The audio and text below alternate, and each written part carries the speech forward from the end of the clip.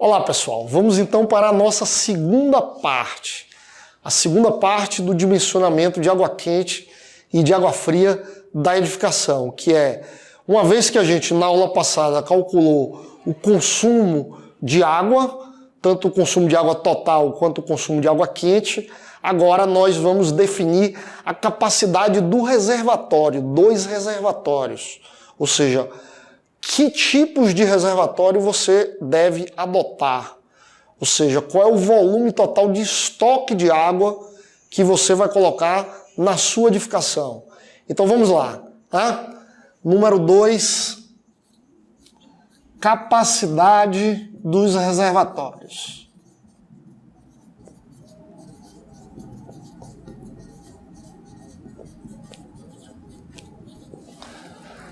A primeira coisa é que a gente considera 2 dias de capacidade, né? Ou seja, a capacidade total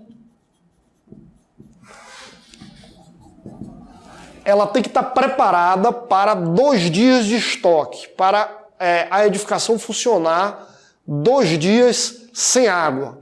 Então a capacidade de uso, capacidade total, vai ser 2 dias vezes o consumo de água.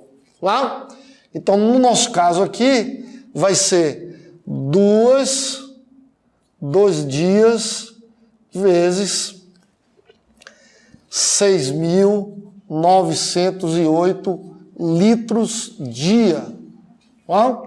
Então, dia morre com dia, a nossa capacidade total vai dar 13.816 litros de água.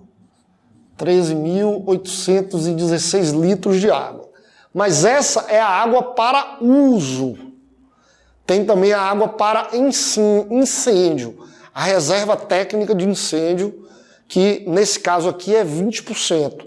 Claro que isso depende da cidade, da legislação na cidade onde está situada a edificação. Cada edificação vai ter uma legislação específica. No caso desse prédio, esse prédio está situado em Cidade Ocidental, no estado de Goiás, aqui no entorno de Brasília. Ele é bem numa ruazinha que divide o Distrito Federal de Goiás, mas ele está do lado de Goiás, e no município de Cidade Ocidental não existe a legislação de incêndio, não existe a obrigatoriedade de incêndio. Então nós estamos adotando o que é mais comum, que é 20% do consumo diário, que é o que é mais comum. Agora você, antes de fazer a reserva de incêndio, você precisa verificar aí no seu município o que é que o seu município manda fazer. Nesse caso nosso, vai ser incêndio 0,20 vezes C. Então vai ser 0,20 vezes 6.908 litros,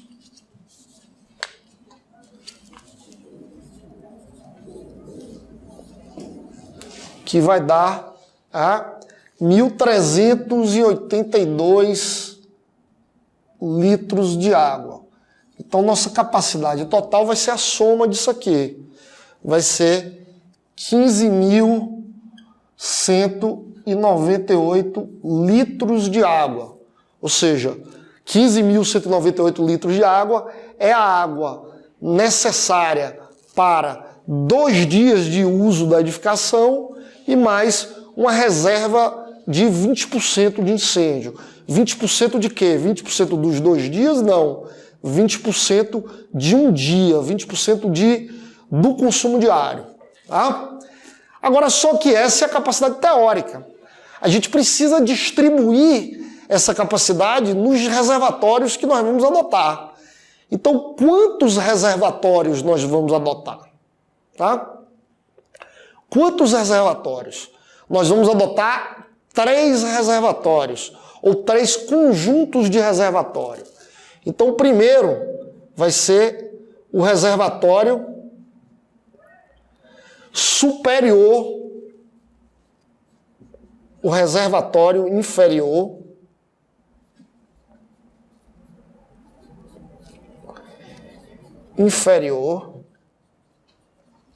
de água fria. O reservatório superior de água fria e o reservatório superior de água quente, que é chamado o boiler. O boiler de água quente, que também vai ficar no topo da edificação. Tá? Então, para o reservatório superior de água fria, a gente adota, para o reservatório inferior de água fria, a gente adota 60% do volume total. Ou seja, 60% do volume total fica na base. Então, 60% vezes 15.198 litros vai dar uma capacidade total de 9.119 litros de água na base, acumulados sob a forma de água fria. No reservatório superior de água quente, de água fria, mais o boiler, tem que estar 40% da água. Ou seja, no topo, né, as premissas que a gente adotou aqui, né, vão ser 60% na base de água total e 40% no topo. Então, o reservatório de água fria superior e mais o boiler de água quente, que estão no topo da edificação, juntos, tem que acumular 40% do volume total. Então você primeiro precisa calcular a água quente. Né? A água quente, que é o boiler, tabela 1.21, página 81. O que é que esta tabela está nos mandando colocar para a água quente? Ela está nos dizendo que o reservatório de água quente ele tem que ser capaz de acumular 1/5 do consumo diário. É muito pouco, é verdade que é muito pouco, mas o que você precisa entender é que você não estoca água sobre a forma de água quente, porque a água quente demanda energia para ser conservada. Então, numa edificação, você estoca água sobre a forma de água fria. A água que é aquecida, ou seja, a água quente, é o mínimo necessário para o uso. Então, o estoque de água, a segurança da água, a folga da água, para impedir, por exemplo, uma falta de água, ela não vai estar estocada sobre a forma de água quente, e sim sobre a forma de água fria. Por isso que o dimensionamento do reservatório de água quente, ele é muito pequeno em relação ao de água fria, porque é somente aquela água que está sendo aquecida ali para o uso das pessoas, para o uso de água quente. Então o livro do Hélio Creder, aqui na página 81, nessa tabela, ele diz que em edificações residenciais você coloca 1/5, ou seja, 20% do consumo diário, tá? É a dimensão do boiler. Então, seguindo aqui essa premissa, nós vamos ter que o boiler vai ser 1.600 litros vezes 1/5, tá? Que vai dar 320 litros de água. Certo? E agora sim a gente pode, o restante da água que sobrou, a gente pode colocar no reservatório superior de água fria. Aí como é que a gente faz? A gente sabe que 40% da água total, ou seja, 0,40 vezes 15.198 litros, vão ter que estar no topo da edificação. O topo só tem 40% e na base tem 60%. Ou seja, por que na base tem mais?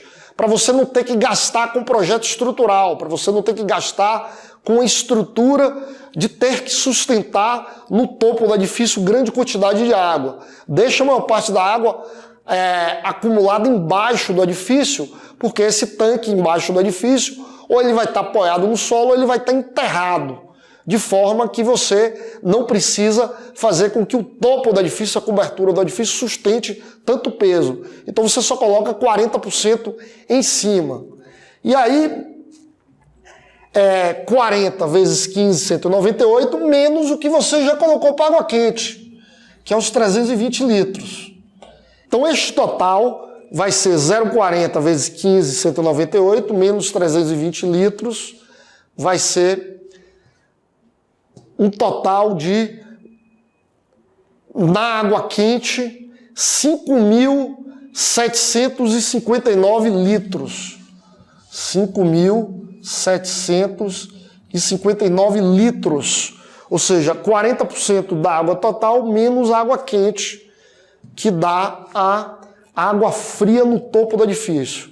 Então, em tese, em teoria, a água fria na base do edifício vai dar 9.119 litros, a água fria no topo do edifício 5.759 litros e a água quente no boiler também no topo do edifício vai dar 320 litros.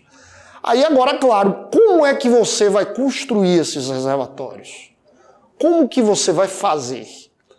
Eu vou dizer para vocês como eu faço, como é que eu faria. Evidentemente que, por exemplo, você pode fazer reservatórios de concreto armado, por exemplo. Mas eu não faço isso. Ou seja, isso aqui é um edifício popular, é um prédio popular.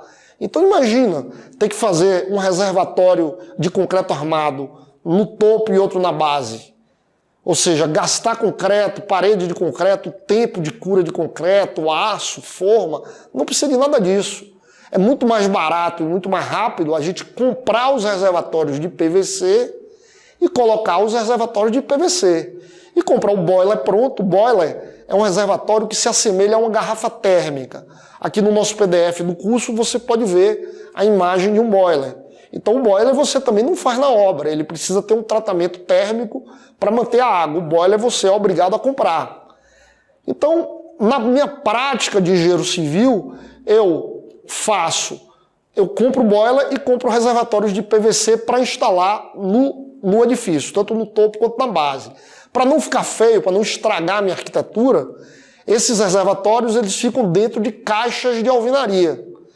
Tá? Eles ficam escondidos, eles não ficam visíveis, de forma que você tenha um respeito e você tenha uma beleza aí na arquitetura do edifício, porque também ninguém merece ficar vendo aqueles reservatórios azuis de PVC, não é mesmo? Então, que reservatórios? Com base nisso aqui, eu vou escolher os reservatórios de PVC. Então, vamos lá. Adotando reservatórios de PVC. De PVC. Na base,